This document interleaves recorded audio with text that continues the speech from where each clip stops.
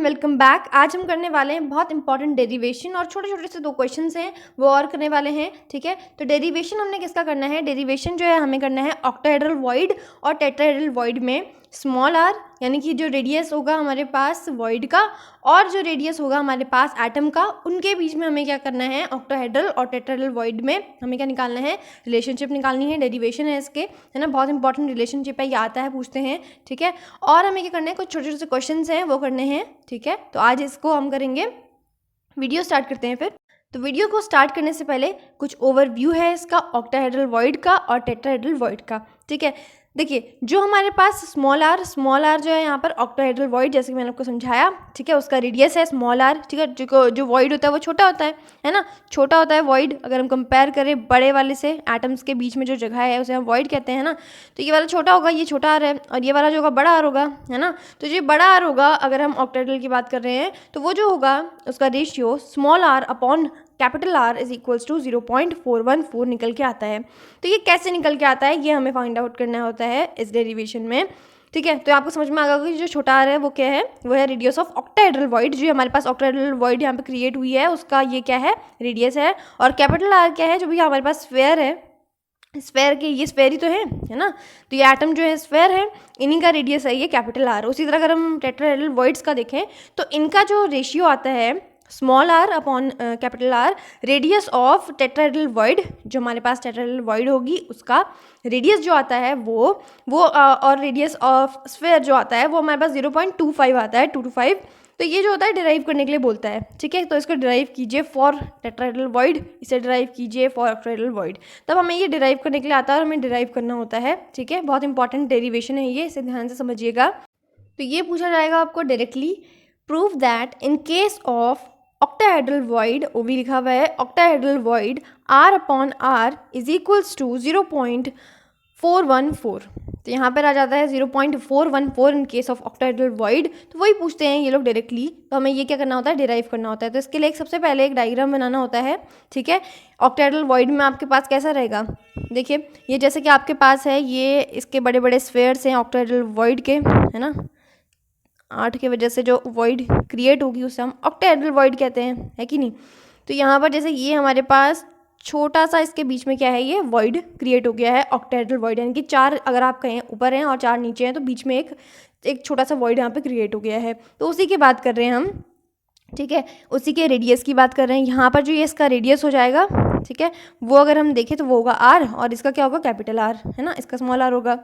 तो यहाँ पर आपको डायग्राम में हमें क्योंकि रिलेशन फाइंड आउट करना है, तो रिलेशन हम कैसे फाइंड आउट करेंगे इसका? तो हम क्या करेंगे, यहाँ पे एक ट्राइंगल ड्रॉ करेंगे जो इनके सेंटर्स को लेके जा रहा होगा। जैसे कि ये इनके सेंटर्स है ना, तो यहाँ पर इनके सेंटर्स को हमने ये अटैच करके एक ट्राइंगल ले लिया, क्योंकि हम यहाँ पे क्या कर सकते हैं? इससे पाइथागोरस से आर का रिलेशन निकाल सकते हैं, है ना। तो ये हो गया हमारे पास, ये आपके पास स्मॉल आर है ना। ये वाला जो रेडियस है मैंने आपको बताया, छोटे वाले का वॉइड का, जो ऑक्टाहेड्रल वॉइड है उसका स्मॉल आर होगा, जस्ट हमने देखा था। और ये जो होगा इसका, ये क्योंकि कहीं से भी ले लीजिए कैपिटल आर ही होगा, है ना। और यहाँ पर देखिए ये क्या होगा? आर, और ये भी क्या होगा? आर। समझ में आ रहा है ना। तो ये भी क्या होगा? यहाँ पर अगर ये वाला देखिए, ये वाला हिस्सा, तो ये भी क्या होगा? स्मॉल आर होगा, है ना।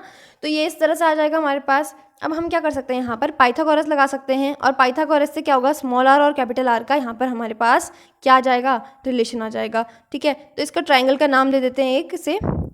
ठीक है, नाम इसको दे देते हैं ABC, AB, और ये हो गया C। ठीक है, तो 3 इसकी जो ये साइड्स हैं ABC, इसको हमने मान लिया है। अब यहाँ पे हमें सिंपल क्या करना है? पाइथागोरस लगाना है इस वाले में, डायग्राम में।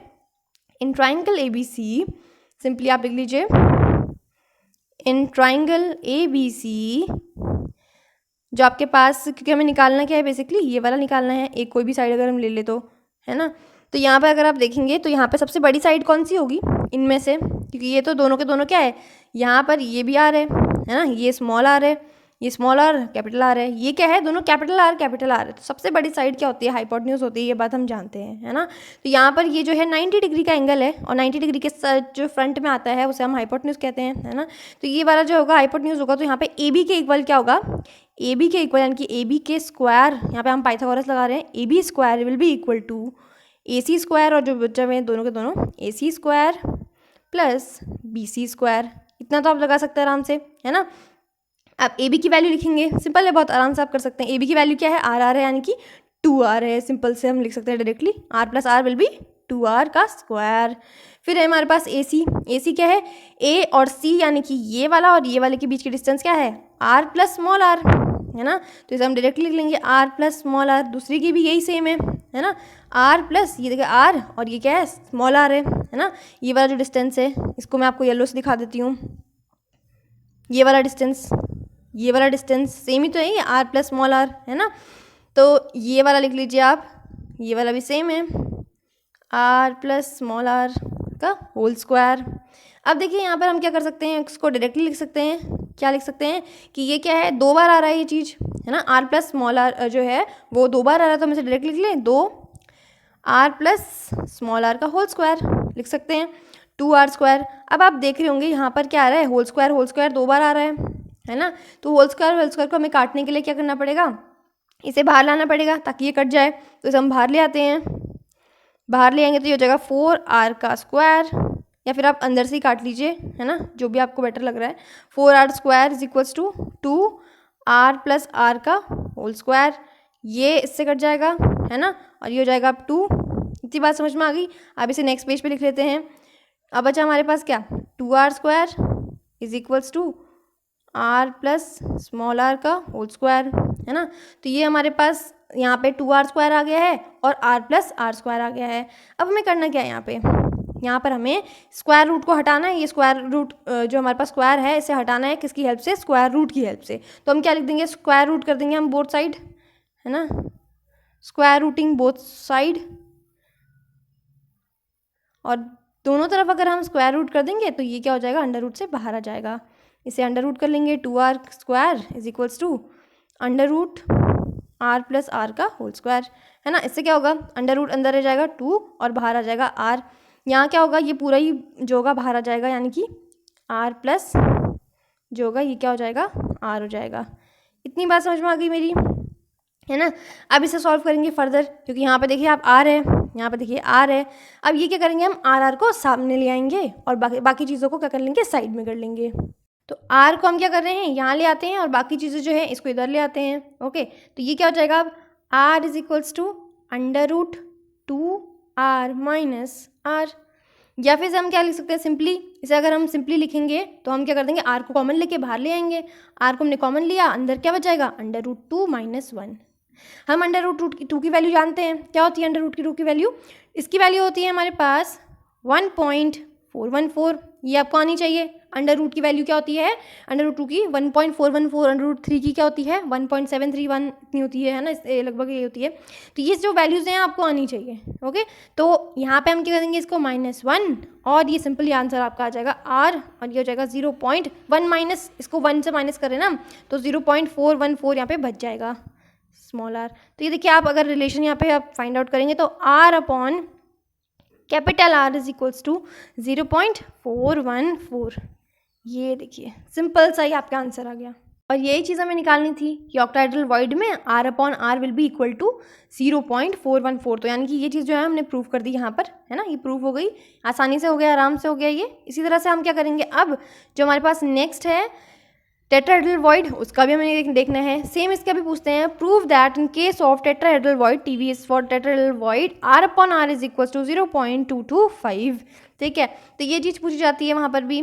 तो यहाँ पर भी हम क्या करेंगे, सेम चीज़ को सेम मेथड से तो नहीं करेंगे, थोड़ा सा यहाँ पे अलग होगा, बिकॉज यहाँ पे चेंज क्या है, यहाँ पर है हमारे पास टेट्राहेड्रल वॉइड है। तो टेट्राहेड्रल वॉइड को हम कैसे फील करेंगे वो हमें यहाँ पर देखना होगा। देखिए कैसे होगा, यहाँ पर सबसे पहले हम क्या करेंगे, एक क्यूब बना लेंगे। ये देखिए, ये आपका एक क्यूब, ठीक, क्यूब हो गया। अब जैसे कि हमारे पास यहाँ पर क्या है, स्फेयर्स लगे हुए हैं। अब टेट्राहेड्रल की बात कर रहे हैं हम, ठीक है, अब यहाँ पे ऑक्टाहेड्रल की बात नहीं हो रही है, टेट्राहेड्रल की बात हो रही है। तो टेट्राहेड्रल में हमने क्या देखना है, ये देखिए, जैसे कि ये हमारे पास एक ये वाला है, एक यहाँ स्फेयर है, एक स्फेयर आपके पास यहाँ है, ठीक है, एक स्फेयर आपके पास यहाँ है, ये पीछे, ठीक है, पीछे समझ रहे हैं। एक कोना हमने ले लिया है ना, एक कोना हमने ले लिया है वहाँ पे। जब इसे हम ज्वाइन करेंगे, जैसे हमने रेड से कर लिया है, ज्वाइन करेंगे इसको हम, ये है ना, और यहाँ पर देखिए एक चीज़ टेट्राहेड्रल वॉइड है, तो बीच में क्या रहेगा हमारे पास, एक वॉइड होगा इस तरह से, है ना।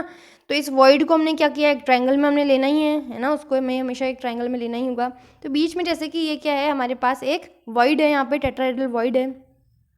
तो यहाँ पर ये जो टेट्राहेड्रल वॉइड होगी इसे हम क्या करेंगे, इसमें ले लेंगे। ये देखिए, है ना, ये इस तरह से हमने लिया, एक ट्रायंगल जैसा बन गया ये, है ना, समझ में आ रहा। तो ये देखिए आप यहाँ पर क्या करेंगे, आप बस इनका जो है आप आराम से इसका नाम लिख लीजिए ABCD करके, फिर आपको ईजी हो जाएगा। जैसे हमने इसका नाम ले लिया, ये वाला जो है ये क्या है हमारे पास, A है, A, और ये आपके पास हो गया B, ये हो जाएगा आपके पास B वाला, और ये हम ले लेंगे इसे C हम यहाँ पे ले रहे हैं, ये वाला जो ये वाला है ना, इसे C ले रहे हैं। और D हम किसको ले रहे हैं, ये वाला जो ये वाला है ना, ये वाला, ये क्या है हमारे पास D है, और इसे F ले लो, ठीक है। ये वाले को हम E ले रहे हैं, A ये वाला था, ठीक है, ये A है। बस इतने हमें चाहिए जो इंपॉर्टेंट है, इतने हमें लेने हैं। बस बीच वाले को हम क्या कर लेंगे, अब जो हमारे पास बच गया है इसे हम कोई और ले लेंगे, है ना। जैसे हमने E, देखिए E का भी कोई काम नहीं है तो इसको हम E ले लेते हैं, बीच वाला है ना जो ये, इसे हम क्या ले लेंगे, E ले लेंगे, E पॉइंट। ओके, तो E पॉइंट हमने इसको ले लिया है। तो अब हमें करना क्या है यहाँ पे, बेसिकली यहाँ आपको दिखाई दे रहा होगा कि बीच में जो है ना, बीच में आपको दिखाई दे रहे होंगे आराम से कि ये जो है हमारे पास, ये वाला सबसे बड़ा लग रहा होगा आपको, है ना। तो यहाँ पे जो सबसे बड़ी साइड होगी, जैसे अगर हम बात करें फेस डायगोनल की, क्योंकि ये तो फेस डायगोनल है, ये वाला ये क्या है, फेस डायगोनल है, दिखाई दे रहा होगा आपको, ये है फेस डायगोनल, है ना। ये जो ये बीच वाला ये क्या है, बॉडी डायगोनल है। तो हमें अगर हम बताना चाहेंगे, उनको बताने की कोशिश करेंगे, तो हम किस तरह से बताएंगे, इसी तरह से बताएंगे कि हमने सबसे पहले इसका वैल्यू निकाला, फिर हमने face diagonal sorry body diagonal का निकाला, ये तो साइड का ही है, सिंपल एज है ना। तो ये हमने ऐसे बताना पड़ेगा कि करके। तो सबसे पहले हम क्या करेंगे, फेस डायगोनल की हम वैल्यू निकालेंगे, टोटल निकालेंगे ना, किस तरह से है वो, A की वैल्यू क्या आ रही है, A से फिर हम क्या करेंगे, R की वैल्यू निकालेंगे, बिकॉज हमें डायरेक्टली इसके R की वैल्यू नहीं पता है।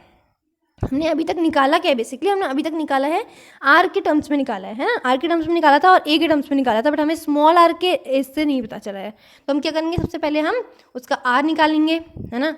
हम जानते हैं कैसे निकालते हैं R इसका। सबसे पहले फेस डायगोनल जो मैंने अभी आपको दिखाया है, ये वाला निकाल रहे हैं, ठीक है। फॉर फेस डायगोनल, तो फेस डायगोनल हमारे पास क्या है, A और B है, तो हम इसे क्या लिख देंगे, AB, इसे हम AB लिख लेंगे।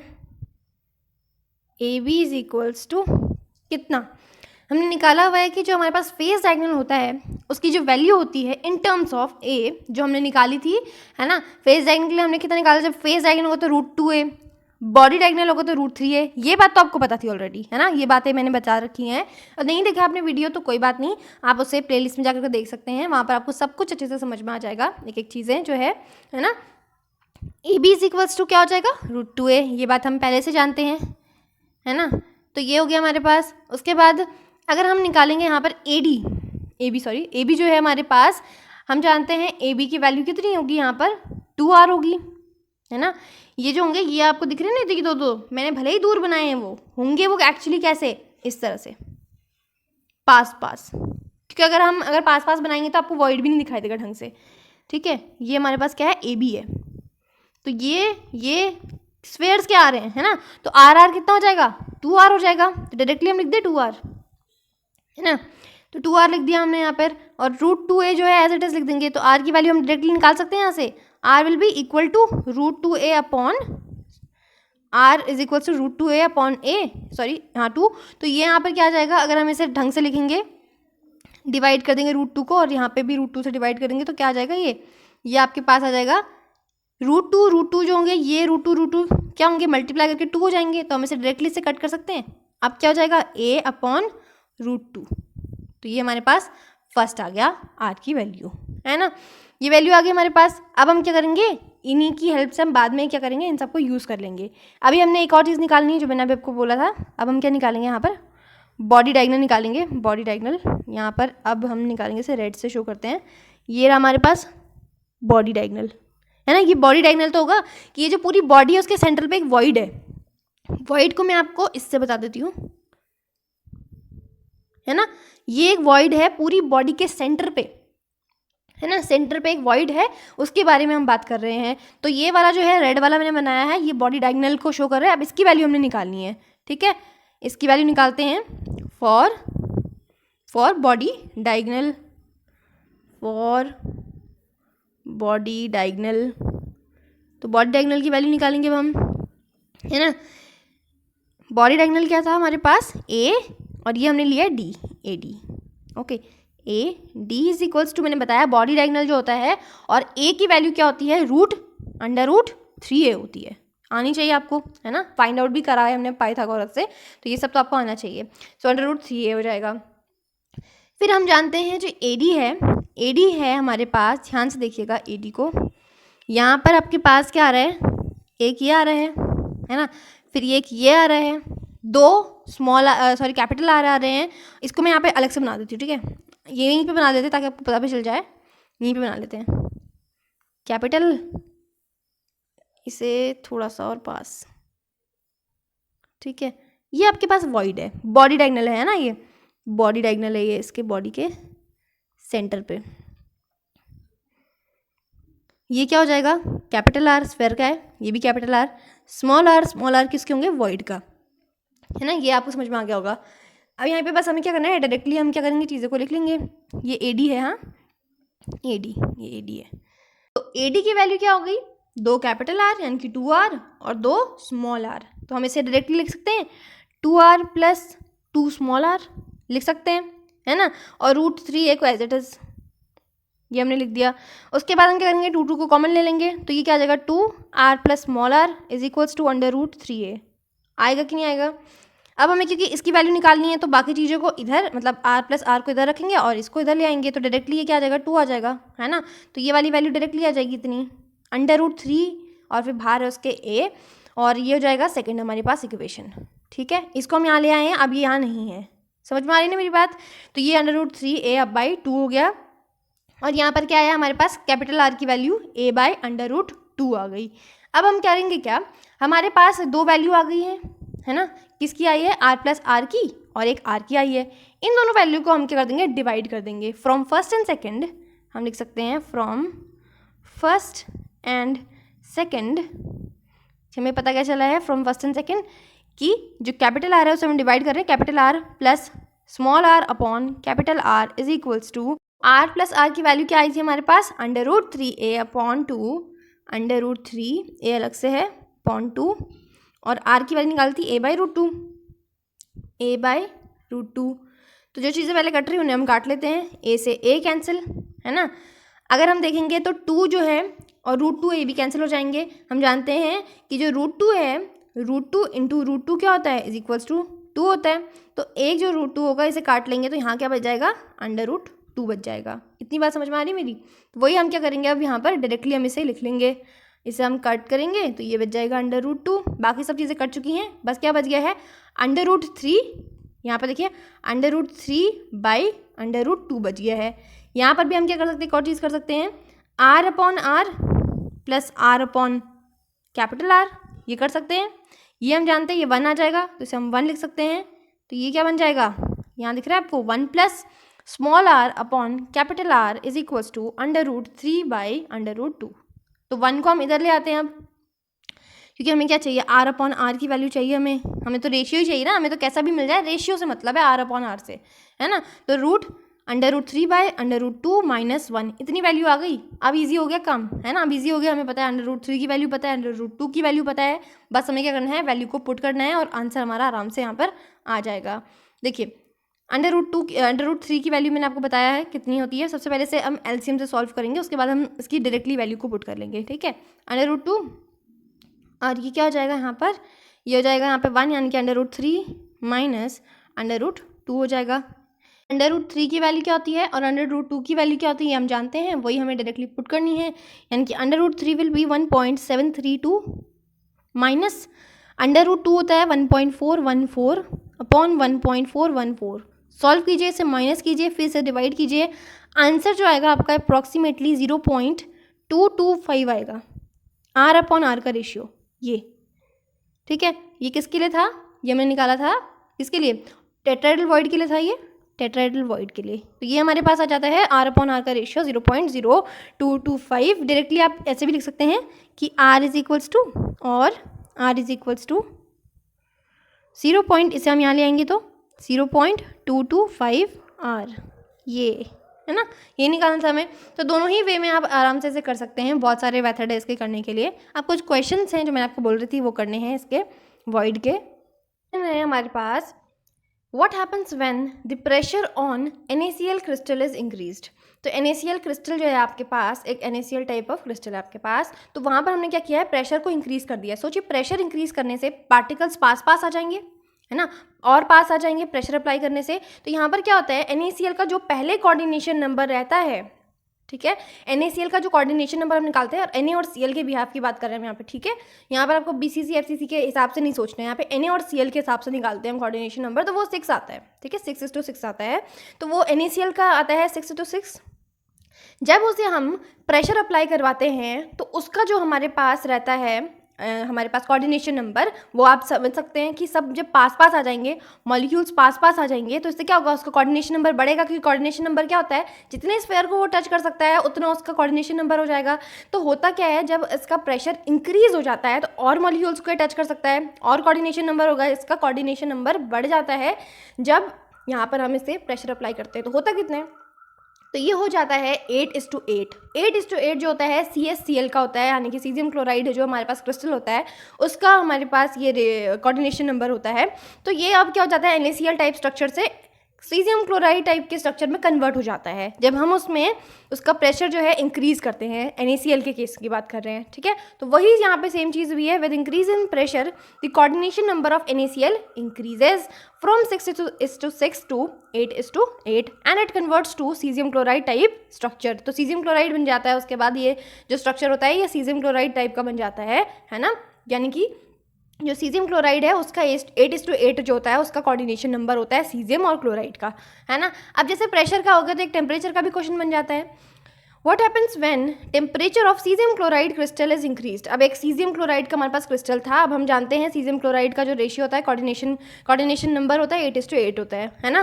तो जैसे हमने टेम्परेचर को प्रोवाइड किया, टेम्परेचर प्रोवाइड करने से हमने क्या देखा कि वहाँ पर जो कोऑर्डिनेशन नंबर होता है वो डिक्रीज हो जाता है। टेम्परेचर प्रोवाइड करने से पार्टिकल दूर हो जाते हैं, ऐसा आप समझ सकते हैं, दूर हो जाते हैं।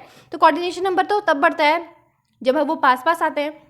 दूर जाने से क्या होगा, दूर जाने से वो मॉलिक्यूल्स एक दूसरे से दूर हो जाएंगे, तो उसका क्या हो जाता है, यहाँ पर कोऑर्डिनेशन नंबर घट जाता है इन केस जब हम उसका टेम्परेचर इंक्रीज करते हैं, ठीक है। तो with increase in temperature caesium जो क्रिस्टल है सीजियम क्लोराइड का, it converts into NaCl type crystal and the coordination number decreases from 8:8 to 6:6 which is of NaCl, right. तो NaCl के क्रिस्टल के टाइप में ये जो होगा ये कन्वर्ट हो जाएगा। 8:8 आप समझ गए होंगे किसका होता है, सीजियम क्लोराइड का होता है, और ये जो होता है NaCl का होता है। तो ये बात आपको ध्यान रखनी है, 8:8 किसका होता है, 8:8 जो होता है सीजियम क्लोराइड का होता है, 6:6 जो होता है आपके पास किसका होता है, हमारे NaCl का होता है। तो ये जब आपको ये बात पता होगी तभी आप इसका आंसर दे पाएंगे, है ना। ये बात आपको समझ में आ गई कि अगर हम टेम्परेचर को बढ़ाएंगे तो इसका कोऑर्डिनेशन नंबर क्या होगा, घटेगा, मगर अगर हम इसके प्रेशर को बढ़ाते हैं, प्रेशर से पास आ जाएंगे मॉलिक्यूल्स, तो कोऑर्डिनेशन नंबर को क्या होगा, इसे आप फील कीजिए, समझिए, कोई रटने वाली बात नहीं है। कोऑर्डिनेशन नंबर क्या होगा, यहाँ पर कोऑर्डिनेशन नंबर बढ़ जाएगा। तो बस आपको क्या कर देना है, वहाँ पर 6:6 से क्या हो जाएगा, 8:8 हो जाएगा, और यहाँ पर क्या हो जाएगा 8:8 जो हमारे पास सीजियम क्लोराइड का कोऑर्डिनेशन नंबर है उससे घट के क्या हो जाएगा 6:6 से, यानी कि NaCl टाइप के क्रिस्टल में कन्वर्ट हो जाएगा, ठीक है। तो इतना सा था ये। अब हम करने वाले हैं इसके बाद नेक्स्ट चैप्टर, तो मिलेंगे हम अब नेक्स्ट चैप्टर में। ये वाला चैप्टर यहाँ पे खत्म हो चुका है, ठीक है। अगर आप चाहेंगे इसके और क्वेश्चंस आपको करवाने हैं तो आप मुझे कमेंट में लिख सकते हैं, मैं इसके और क्वेश्चंस ज़रूर करवाऊंगी, ठीक है। अब मिलेंगे हम नेक्स्ट वीडियो में with another new and interesting chapter. तब तक के लिए good bye and take care. If you found my video helpful, then please like the video and comment if you have any doubts regarding the topic, and do subscribe the channel if you really wanted to learn like this. So keep watching my videos and stay tuned.